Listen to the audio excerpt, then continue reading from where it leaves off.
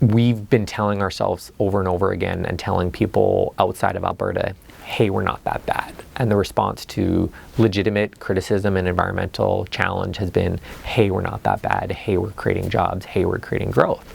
That's really unfulfilling to me as somebody who's been born and raised in Alberta and is deeply passionate about this province, because I think the response shouldn't be, hey, we're not that bad. The response should be, let's be the best in the world.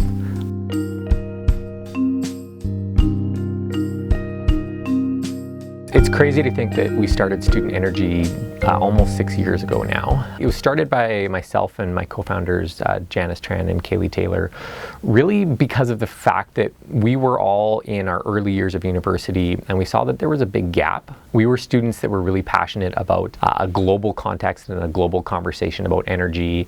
You're sort of left with the options of either a small sort of regional event or regional opportunity at your own school, or piggybacking on what was happening in the existing industry, where students were often treated as sort of the cute next generation that had bright ideas but didn't quite have the gray hairs to pull them off. And so we started Student Energy to fulfill that gap of giving students an opportunity to get together as peers and have the really tough conversations about how we solve what we consider to be the two biggest challenges in the world, which is universal access to energy and solving climate change. There's 1.5 billion people in the world that don't have access to modern energy, and that's a massive challenge. And then there's also unquestioned scientific evidence that we're affecting our environment negatively through climate change. And how do you solve both of those things in a world with nuance and complexity? And we just didn't think that any organization existed to serve that need, and so we started Student Energy to really fulfill that gap. And how did that gap get filled in terms of your procedures and your style of engagement with people? It's been really organic from the start. We said to ourselves, well, there's got to be other students out there that feel the same way. And so we threw the first ever International Student Energy Summit back in 2009, and we're pleasantly surprised that students from 30 different countries showed up. We, right off the get-go, it sort of proved the model that students cared about getting together with their global peers and talking about global issues. And it's really snowballed from there. We've now got a network of about 45,000 students in well over 100 countries in the world. We've produced events on every major continent. We just launched a major new energy literacy platform. And it's really more about curating a movement of youth who are passionate about these topics than it is us as an organization sort of dictating what should happen or how it should happen. So we've got a huge variety of programming that is mostly educationally focused in really giving students that opportunity to have an unbiased source that they can come to and say, you know what, I'm interested in learning about Arctic drilling, but I don't want to just listen to propaganda from either side. So we'll try to have a really nuanced conversation about the pros and cons of every energy topic, every energy issue, and really trust and have faith that students are intelligent, they can formulate their own opinions, and that they can use us as that educational resource to improve their own understanding and then take action where they see fit. Could you tell me about how the website works and how some of the educational tools are curated? Yeah, our model for curation is a little bit different than some other organizations. There's a myriad of ways that you can try to find someone else's opinion about a topic. If you Google fracking, usually the first two things that come up are the Gasland documentary and a Chevron pseudo-propaganda piece. So whenever we create any sort of content or curate anything as an organization, we just try to really explicitly showcase that there's multiple perspectives on every topic you can possibly have related to energy and the environment. You can find somebody pro or against literally every single possible aspect of the energy industry. And so our approach has always been to just embrace the animosity and the polarization and try to be that organization that can, without emotion, present multiple perspectives. And so in 2013, we had a major event in Norway where we had the head of Arctic drilling for Shell debate the country manager for Greenpeace Norway about Arctic drilling. Those are two of the most polarized viewpoints you can possibly have about that topic. And we find that when you give people that opportunity to engage in content that is unique and trust that they will formulate their own opinions, that the response is incredible. Our Northern Gateway pipeline debate that we hosted on our Energy Voices radio show, it had 130,000 listens. The National Post was tweeting it to the new federal natural resources minister, saying that this was the opportunity for them to become apprised of all of the issues on the Northern Gateway pipeline.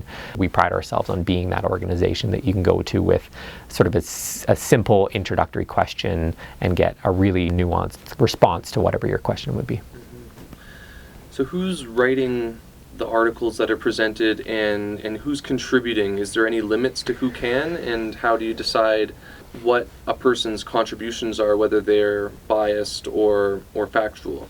95% of our content is for students by students. So basically anybody who's pursuing post-secondary education has an open invitation to participate and engage in some way, shape, or form.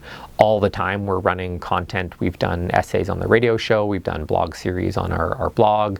We've had masters and PhD students who have written content for our energy literacy platform. What we can do from that perspective is to say this is a youth's viewpoint on this particular topic, not necessarily student energy's viewpoint on this topic. All we do is make sure that there's multiple perspectives presented. We just released these 25 incredible 3-minute animated videos to explain every different major source and form of energy there is.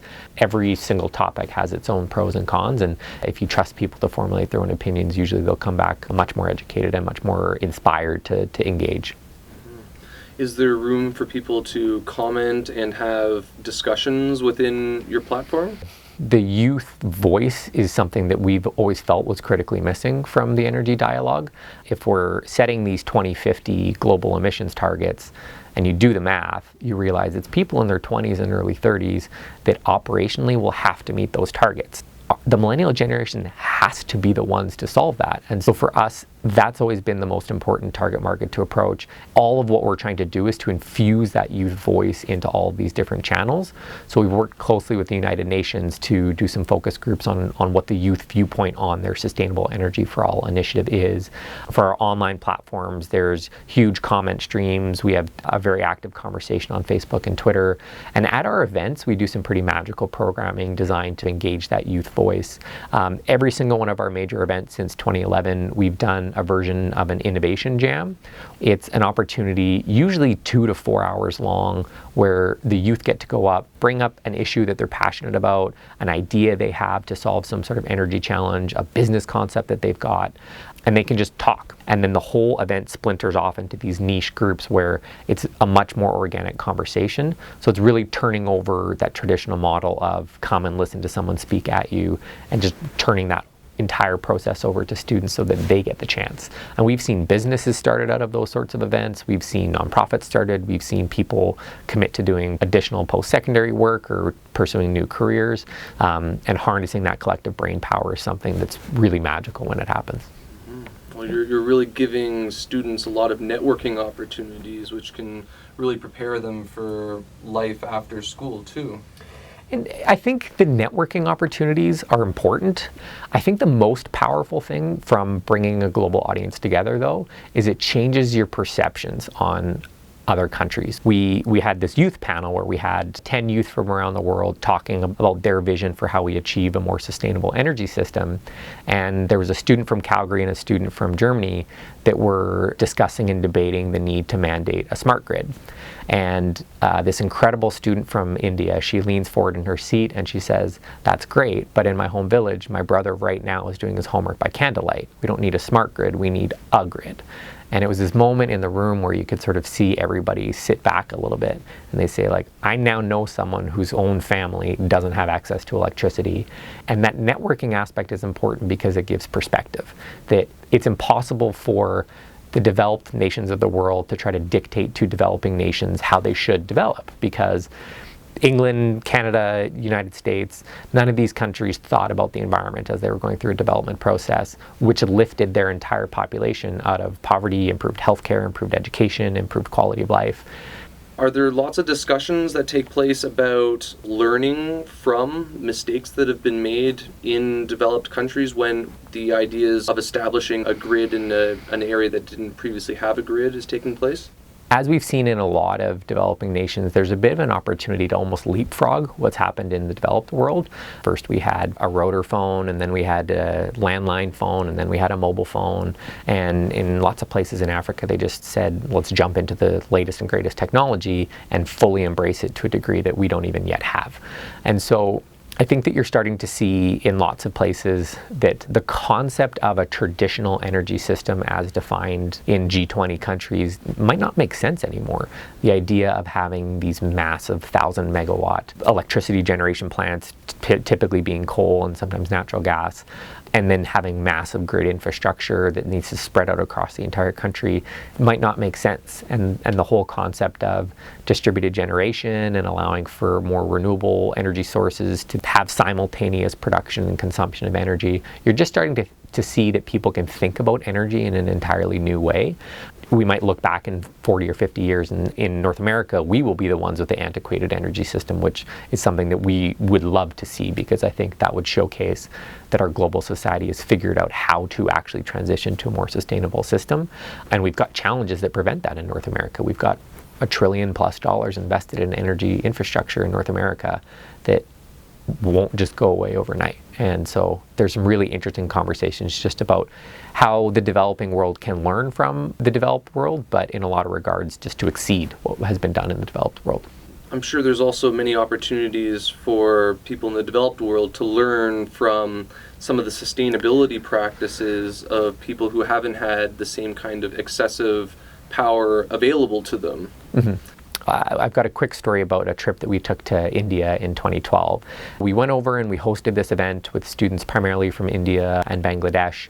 And afterwards we had the ability to tour a local village that had just gotten solar lighting for the first time.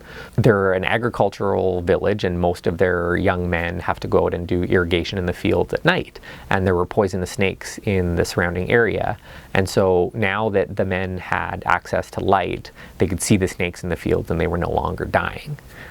And it was this moment for me where I sort of realized that just the impact that energy can have in a human's life, that I wasn't expecting as profound of an answer as we now have light and our young men are no longer dying.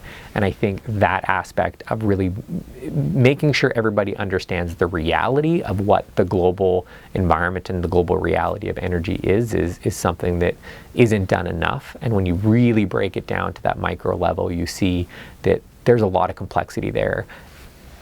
So we have probably the most important COP coming up this year. What do you think is the most important action that can come out of this meeting with respect to reducing carbon emissions, but also giving people this opportunity to have energy in their life the way that you were explaining? Yeah, I think the most important action that can come out of COP is something that's implementable. But I feel that we're too often caught up in making everything perfect, and I often say that perfect is the enemy of done. There are significant climate issues, but we've known about them since 1992, if not far beyond that. And so we've had 20, 30, 40 years of real inaction from a global perspective on climate change. And I think it's time to find a workable solution as opposed to trying to find the perfect solution. That's my biggest goal out of COP, is that something comes out that every country in the world can go back, ratify, and put into law within a year's time. What's your perspective on governments and world organizations picking the winners when it comes to energy solutions? Is that something that can actually be implemented on a world scale and succeed? The role of business is to win at the game, and the role of government is to set the rules for that game.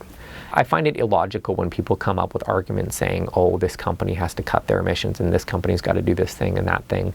Companies exist legally for the purpose of returning money to their shareholders. And we should just get over the fact that they're going to do anything other than that. And they're not going to purposefully lose money to pursue an environmental gain, unless they can make more money than that from their consumers, which is a separate topic. And so I think in general, the role of government isn't to pick winners, it's not to pick the right businesses, it's to set the rules of the game. And those rules of the game should include a commitment to the environment and a commitment to climate change, because the market will then figure out what the winner should actually be. And again, if the rules of the game are that you can't emit any CO2 over a certain threshold, or every a ton of CO2 you emit costs you this amount of money, that will factor itself in and work itself out. And again, if everybody could understand their role and the impact they can have in that system, I think we'd have had more serious action than we do today. Well, I think that's as good of a way as any to segue into Alberta, because Alberta's gone through a change in the last year in terms of their provincial government, and there is now some really interesting discussions coming out in terms of the carbon tax, where even some oil extraction companies have weighed in. Would you be able to kind of give us a bit of context for that? Yeah, the comment I hear a lot in Alberta is that we shouldn't unfairly penalize our industry, and we shouldn't be doing things that damage the potential economics of the oil sands industry. And I find that really comical when you look at the reality of the price differential that Alberta oil has been trading at. We've often been trading at $10, $20, $30 a barrel of discount. And so that loses Alberta tens of billions to hundreds of billions of dollars because markets don't want our oil. This topic of oil and gas executives advocating for environmental action, that's really driven by consumer demand. We've had the CEO of Suncor, the country manager for Shell. They have both had very public and strong messages to the provincial and the federal government to have a real environmental policy and to price carbon. And the rationale for that is because Alberta oil, for whatever reason, has been targeted by the world as being one of the most carbon-intensive forms of fossil fuel extraction. And the world has continually pointed the finger and said, that isn't oil that we should be developing. That is oil that has a really high environmental impact. And the response has always been, it's not that bad, it's not that bad, it's not that bad. And so it's amazing that you're starting to see these energy companies recognize that as part of their market expansion strategy, the world has defined that that needs to come alongside with a really rigorous environmental policy, specifically carbon pricing, carbon tax, cap and trade system, whatever it may be. I've always advocated that there's creative solutions that exist out there. If we want Keystone XL to go through as a pipeline from Alberta, attach a $1 per barrel tax that goes directly towards wind turbines. Keystone XL is an 850,000 barrel a day pipeline. 1 megawatt turbine is in the neighborhood of $900,000 to $1 million. So you could literally build a wind turbine every single day, 365 days a year for the 25-year lifespan of Keystone XL, just on a $1 per barrel tax. Gift that to the municipalities that the pipeline runs across, gift that to the province, the state, the federal government in both countries. There's lots of creative solutions that exist out there, and a $1 per barrel tax would be significantly cheaper than the $10 to $20 price spread that we've been facing for Western Canadian oil right now. And people are hesitant to any sort of idea like that. And it doesn't make sense to me, because you have the ability to pay $19 less per barrel than you're paying right now in price differential just by coming with something interesting. That's a really interesting idea, and it really fits in with the idea of transitioning. Because I think one of the things I've at least learned over the course of my involvement in this field is that we can't wish something away and nothing is going to disappear overnight. Yeah. And do you think that there's value in these companies looking to diversify their energy portfolio into renewables and clean energy as well? Yeah. So I agree that there's room to diversify into renewables and clean sources of energy. I also think that there is a massive opportunity in Alberta by understanding what our global competitive advantage is. Alberta has more multi-billion-dollar industrial complex multi-year projects than probably anywhere in the world.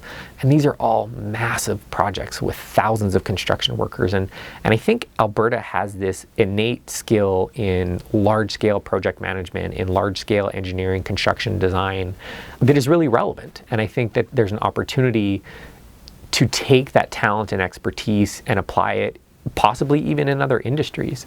Canada is the only country along the Pacific Ring of Fire that doesn't have active geothermal projects. Statoil's the national oil company of Norway. They do a huge amount of offshore oil drilling, and they're looking at taking a lot of those offshore oil rigs, and they just actually drilled into magma off the coast of Iceland. It's the first ever magma energy project in the world. And they're saying we could take all of these assets that we have and the skill and experience we have in offshore drilling in this crazy complex environment with really amazing technology and engineering and tap into deep earthbed magma energy, which would be a really high quality geothermal resource. And so that's the conversation I'm seeing elsewhere that I just haven't seen happen in Alberta, and I think would benefit us a lot. Do you think that the people in Alberta are ready for this kind of change? And if so, where does the leadership need to come from in order for these conversations to take place? Yeah, the frank reality is I don't think that the people of Alberta are particularly ready for that, because I don't think that we have taken this on as a challenge yet. Let's get a chip on our shoulder and let's prove to ourselves and the rest of the world that we want to figure out how to do responsible fossil fuel development for the rest of the world, and we also want to expand our horizons. When JFK committed that they were going to put a man on the moon in 10 years, it inspired a nation that they were going to do everything in their power to work towards that collective goal. And I have yet to see leadership in Alberta that is willing to have these sorts of difficult conversations. Alberta can't become the next Detroit. Anybody outside the auto industry saw the challenges of the American auto industry. It was 20, 30 years in the making, and they routinely did the same thing in response to some really obvious global competitive issues that were coming in from Japan and other global automotive makers, and they did nothing about it, and they went bankrupt as a result of it. And I don't think that we're at that point in Alberta, but I also don't think that we've taken it upon ourselves to realize that the world around us is changing and that we're not keeping pace with that change, and we have not kept pace with that change for about 10 years. So where does the youth come into this? Youth have a really optimistic viewpoint and a really creative viewpoint. And it's something that we're naive enough to know that we can make a difference, but not yet jaded enough to know that that will be difficult. And I think the role of youth is really to be the innovators within any ecosystem. The way things have been done for 40, 50, 100 years is not the way they're going to be done for 40, 50, 100 years. While everyone knew that traditional journalism was going to die, it wasn't 80-year-olds that solved it. It was 20-somethings that solved it. And so that, in our opinion, is one of the things that we continually steer our youth towards, is how can they take their creative concepts, their creative ideas, and actually implement them in a world that's really complex and really set in its ways. There's a lot of youth who will say that because the system is broken, there isn't a way for them to make a change. What would you say to someone who says that? You're just not trying hard enough. Any idea that was easy to implement has already been implemented. And if you've got a concept, you've got a business, you've got a nonprofit, you've got a social movement, you'll wake up and agree to get punched in the face every single day to make it happen. Probably the biggest skill I see lacking in the millennial generation is a grittiness. That anything that you want to do and anything you want to try and anything you want to get off the ground is going to be incredibly difficult, and you need to be really gritty and resilient to just see it through to the finish line. What's it like living in the gray area in a world that's focused so much on black and white issues? How do you feel in the middle of all this? It's good and bad. I think that it's great because it's built this muscle memory in myself to always challenge different assumptions or different questions or what somebody says to me. There's a mind-blowing fact in energy that there's more CO2 emissions from coal-fired power plants in Ohio than the entirety of the oil sands. And I said to myself, that has to be BS. There's no way that that's possibly true. And you look it up and it's true. That's something that I think will be an invaluable skill for the rest of my life.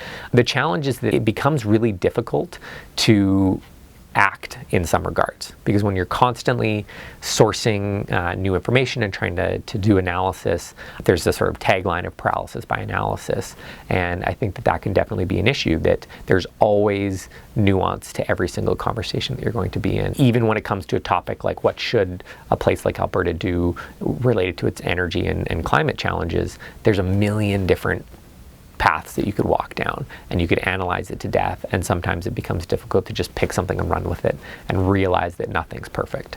If you're just pro-pipeline, you're pro-pipeline. If you're anti-pipeline, you're anti-pipeline. But there's good pipelines and bad pipelines, and there's good projects and bad projects, and trying to weed into the depth of the conversation to figure that stuff out is more challenging, for sure. You mentioned starting this organization was like getting punched in the face every day for 3 years.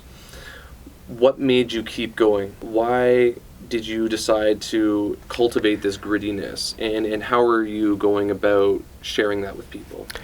I think the reason we wanted to keep going over and over again was just the passion that we saw in students from around the world. We still get messages from students that said, oh, this inspired me to pursue a master's degree in Germany. This inspired me to start a solar company in Mexico. Finding ways that we can create those interesting dialogues and interesting content, things like our radio show that we do in studio, are just ways of reaching out to a community and giving them access into a network that they've never experienced before. Something that's positive, something that's optimistic, something that's forward-thinking, something that's youthful, something that's fun. It's really difficult to find money for staff and pay for office space and pay taxes, and there's all these things that are no fun when you start an organization, but when you continually have the reassurance and the motivation of the students that are in your network, it makes it all worthwhile and makes it worth getting up every day.